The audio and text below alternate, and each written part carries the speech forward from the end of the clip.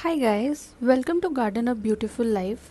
So today in this video I'm going to talk about this beautiful plant, Syngonium. So Syngonium basically is known by its leaves. So it has these arrow-headed leaves, and it generally in one branch it has 5 leaves which points towards 5 directions.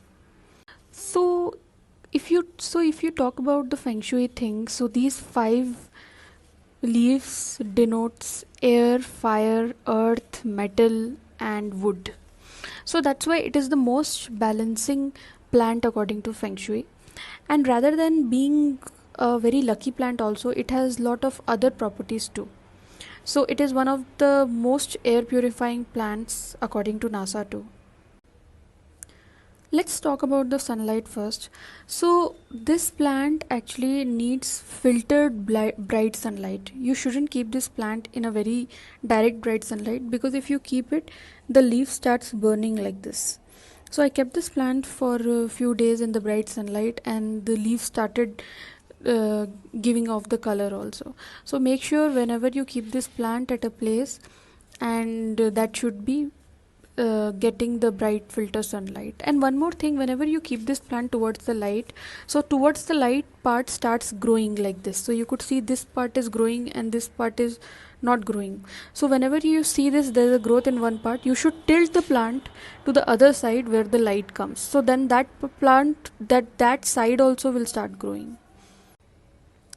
So let's talk about the soil.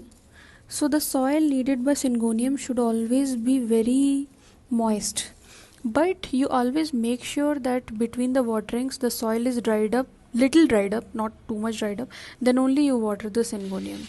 So you should always make sure that the soil of the Syngonium is always moist. The third thing is about water. So for me, my Syngonium is doing quite good, apart from that burnt leaf when I kept it in the bright sunlight. I water it in every 3 days, and I do the downward watering system. So I've kept a plate here below the plant, and I keep the water here so that the roots of the Syngonium takes the water up. So it's a good procedure for plants who require less water, or who doesn't require frequent watering. So I do that with this Syngonium.